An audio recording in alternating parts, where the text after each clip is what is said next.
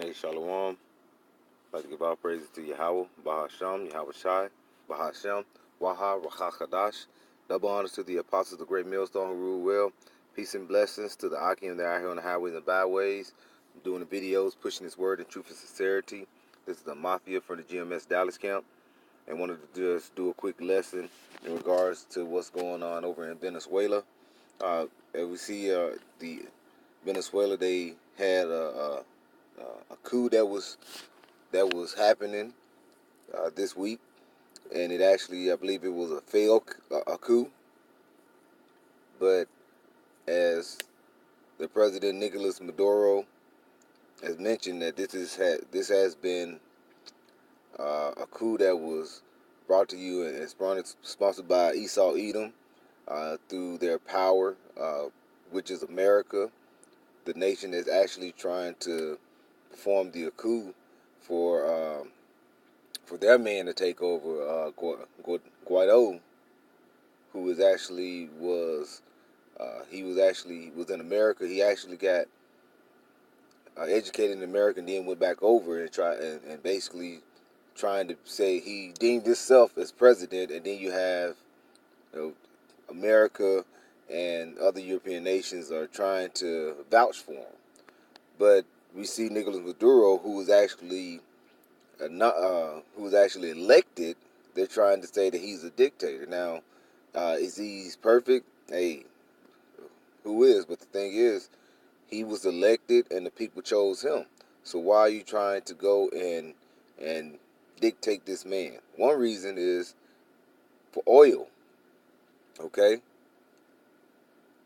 Now, America has went to Venezuela and basically caused through sanctions and different sanctions they have put on Venezuela has helped them collapse their economy.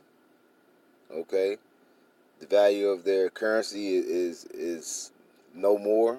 I mean, it's null and void. It's basically down to nothing. So what they have for money is just paper you can wipe your butt with. But needless to say, all this was brought to you by America, and who controls America? Esau Edom. That's the nation that actually controls America. Now I want to go into some scriptures here, because this man, his pride has basically brought destruction throughout the earth. Because wherever you go, death and destruction follow this man. This is Habakkuk chapter 2. All right, let me find this here. And I'm going to go to do verse 5. It says, yea, also because he transgresseth by wine, he is a proud man, neither keepeth at home, who enlargeth his desire as hell, and is as death, and cannot be satisfied, but gather unto him all nations, and heapeth unto him all people. All right? So he's trying to, he's going to the other nations, as we know in what he did in Iraq, Libya, now going through in Venezuela. He's trying to go in and take over. All right? And we see the aftermath when America comes and they military come to so-called help the people from their dictatorship and the government. What they had before America comes in, it's nothing like what they have after America comes and overthrow their government. Their economy is not always go down. Their, like I said, their currency is no good after America comes in and overthrow their government. This is, and casualties. It'd be thousands upon thousands of casualties that happens when America comes, but they don't want to point that out. All they want to point out is to say, oh, they got a dictator over there, and we got to go in and help out. It's so many different countries that have dictators, but they don't yet watch those or try to help those other countries. They only help or so-called help when they are in want or in need of something. Okay? But he, like it says in the scripture, he's a proud man, neither keepeth at home. He enlarges himself, his desire is hell. So wherever he go, hell is following. I wanted to do a precept on that. This is Revelations. Um, 6 and 8. It says, "And I looked, and behold, a pale horse, and his name that sat on him was Death." Now this is John the Revelator, who is actually seeing this vision of this pale horse. Now this is the time is in the latter times, showing, like I say, this is a prophecy. And he saw this horse, and his name that sat on him was Death, and hell followed with him. All right, and then it say with Esau in Habakkuk 2 and 5, they said he's a proud man, neither keep his home. He enlarges his desire as hell. That lets you know that is this is a prophecy going into Esau in the latter days. Because it says here in Revelation 6 and 8, "And hell followed him, and power was given unto him over the four part of the earth." Now, who runs the earth? Who runs the earth right now is the the most powerful nation ever known, and that is America. Now, who is the front or the face of America? It's Esau. Esau Edom. Okay, you can say all you want. Oh, Obama, he was in there for 8 years. Obama was just a face to get it in to warm up you so-called black Latinos and Native Americans, especially you Judites. He ain't did anything for you. He didn't do anything for you. Okay? He put more of your so-called black Latinos and Native American in jail during the time he was in office than any other president. Okay? So this man is showing that he basically was giving power to the fourth part. As it says in Job 9 and 24, the earth was given to the hand of the wicked. All right? Why was that done? Because we were going off. All right? And we were put in captivity. And this captivity we're in now here in America and around the rest of the world, but especially here in America, the Lord will come and deliver us. All right? Because there's no way for us to be delivered. Nobody here to redeem us. Okay? So we need that divine intervention to come and redeem us out of this hell. Okay? Let's get back into the scriptures here. In the middle of Revelation 6 and 8. "And power was given unto them over the fourth part of the earth to kill with sword and with hunger and with death and with the beasts of the earth." All right? Now, Jacob and Esau, we know that Esau has a bloodline, which, like you say, are the who are the Edomites, and they inherited that blessing. And what was the blessing of going into Genesis? I want to say Genesis 27. What was that blessing?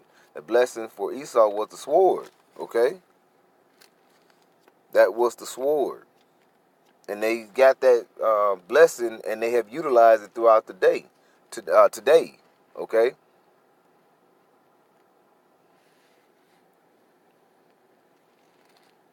All right. And this man, like I said, he kills both men and beasts wherever he goes. All right. If he sees something that animal that never been seen before, if you go into the rainforest to see something you never seen before, usually someone maybe take a picture and they be like, "Oh, this is fascinating." What he's gonna try to do? He's gonna try to kill the animal and try to show it off, put it in a museum. That is a wicked, that is a wicked man who does something like that. And this is one of his MOs. All right, this man is full of destruction, lies, rape, robbery, murder. This is Esau's basic 101. That's what he do. Walk around, rape, robbing, and murdering throughout the entire earth. Because he was given, like you say, the four parts of the earth to basically rule with the sword. Okay?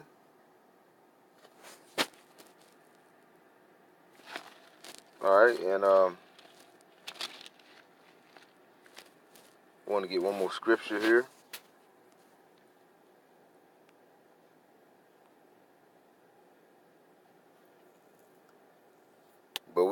starting to see, we're not ignorant to Esau's devices, okay? So we're knowing the times we're in, that this man is going to come down on us, like he's coming down on the Jakes over in Venezuela, and also he's going to come down on us here in America, okay?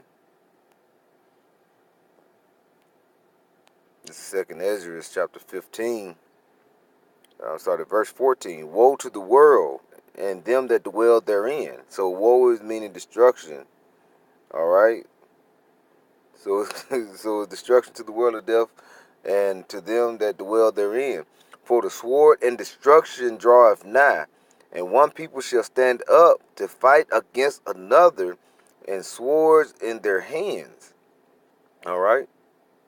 Now you're gonna have these um, other countries that are gonna be going and warring against one another.